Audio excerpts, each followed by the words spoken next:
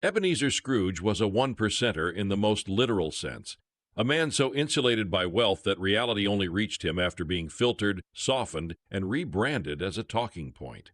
He believed rules were for other people, consequences were for the poor. He liked to call himself self-made, which required aggressive amnesia about inherited wealth, exploited labor, and systems that bent around him like gravity owed him a favor.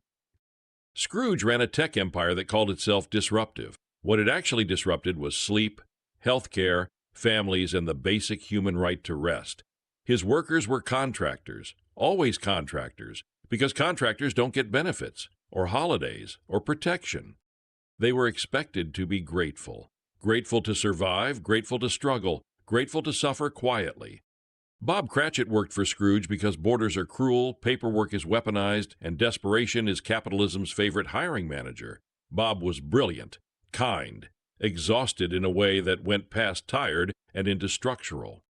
All day long, Bob absorbed rage from customers furious at systems he did not design, could not change, and was punished for representing. When Bob asked, carefully, apologetically, for Christmas Day off to be with his family, Scrooge stared at him like he'd requested a kidney.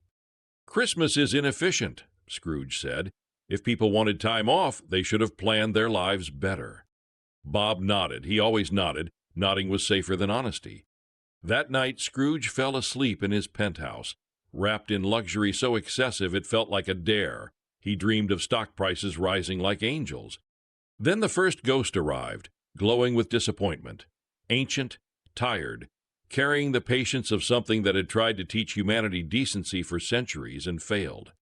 It told Scrooge it was there to show him his past. "I've already lived it," Scrooge said. "It was incredible." The ghost showed him his childhood, a boy who once believed kindness mattered more than numbers. "Adorable," Scrooge said, "but look how poor I was." The ghost showed him the moment he learned cruelty could be monetized. The first deal where he chose profit over people. Scrooge smiled. That was a great quarter. It showed him the friends he betrayed, the workers he crushed, the ideals he sold off piece by piece. "You don't build an empire by being liked," Scrooge said. The ghost left without another word, realizing it was wasting its time. The second ghost arrived without ceremony. It didn't glow. It radiated burnout. It looked like a social worker with too many cases and no miracles left. It dropped Scrooge into Bob Cratchit's apartment, small, crowded, warm in the way only shared struggle can be. Bob's family laughed too loudly, loved each other fiercely, squeezed joy out of scarcity like it was an act of rebellion. Tiny Tim coughed, a deep rattling sound, the sound of untreated illness and endless hold music. "They seem emotional," Scrooge said. "Is that productive?" "You pay him so little he can barely afford heat," the ghost said. "And yet," Scrooge replied, "they're alive, which suggests the system works." The ghost showed him the city, people helping each other survive systems designed to exhaust them. "Too much community," Scrooge said, "not enough hustle." The ghost vanished before it committed a celestial crime. The final ghost did not announce itself. It simply stood there, silent, inevitable. It showed Scrooge the future without explanation. Cities flooded. The sky burned. Workers delivered food through disasters because the algorithm demanded it. Children worked longer hours than their parents. Healthcare became a luxury subscription.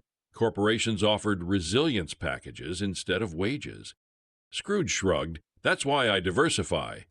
The ghost showed him his own end, alone, unmourned, remembered only as a warning label. "Legacy is subjective," Scrooge said. The ghost disappeared, done with him. Scrooge woke up furious, not afraid, not changed, furious that reality had dared to critique him. He canceled bonuses, declared mandatory overtime, wrote a memo about loyalty that translated to be grateful or starve. But the ground had already shifted. Bob sat at his kitchen table that night. Tiny Tim's coughing echoed down the hall. Bob looked at the bills, the contracts, the unanswered emails. And for the first time, Bob didn't feel grateful. He felt clear. He opened a group chat that wasn't supposed to exist and started with, "We need to talk." Stories poured in: wage theft, medical neglect, retaliation, immigration threats, people crushed despite doing everything right. Someone shared internal metrics, record profits, executive bonuses. A slide labeled labor cost containment opportunities. That was the moment, not rage, recognition. By dawn, they had a plan, precise, built by people who knew how the machine worked because they were the machine. They logged out, froze systems, locked Scrooge out with credentials he didn't understand. They documented everything, sent it to regulators, journalists, lawyers who had been waiting. They unionized publicly, simultaneously. When Scrooge arrived, the office was quiet, not empty, unified. "This is illegal," Scrooge shouted. "You'll regret this." "You needed us desperate," Bob said. "You needed us isolated. You needed us blaming ourselves." "You're replaceable," Scrooge sneered. "You're not indispensable," Bob replied. The board removed Scrooge by noon, not out of morality, but because the workers made him expensive. Scrooge ranted online, blamed conspiracies, blamed immigrants, blamed everyone but himself. No one listened. Healthcare was implemented, wages rose, PTO became policy. Tiny Tim got treatment not as charity but as a right. And the workers stayed vigilant because they knew something now. No ghost would save them, no billionaire would change. Justice wasn't a miracle. It was collective action. That Christmas, the city felt different, not richer, not safer, clearer. People knew they weren't alone. And that knowledge, shared, protected, acted upon, turned out to be the most powerful haunting of all. If this story landed, if any part of it felt uncomfortably familiar, you're not alone. That's the point. Stories like this don't survive on algorithms. They survive because people choose to pass them along. So if you want more voices like this to be heard, more stories that punch up instead of down, you know what to do next. We're not a brand, we're a community. We write, we build, we organize, we make art, we argue, we laugh, we survive together.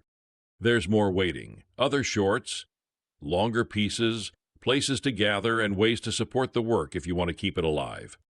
Patreon, merch, Substack, all of it's there if you're looking. No pressure. Just a quiet reminder that nothing changes unless people show up. And sometimes showing up is enough.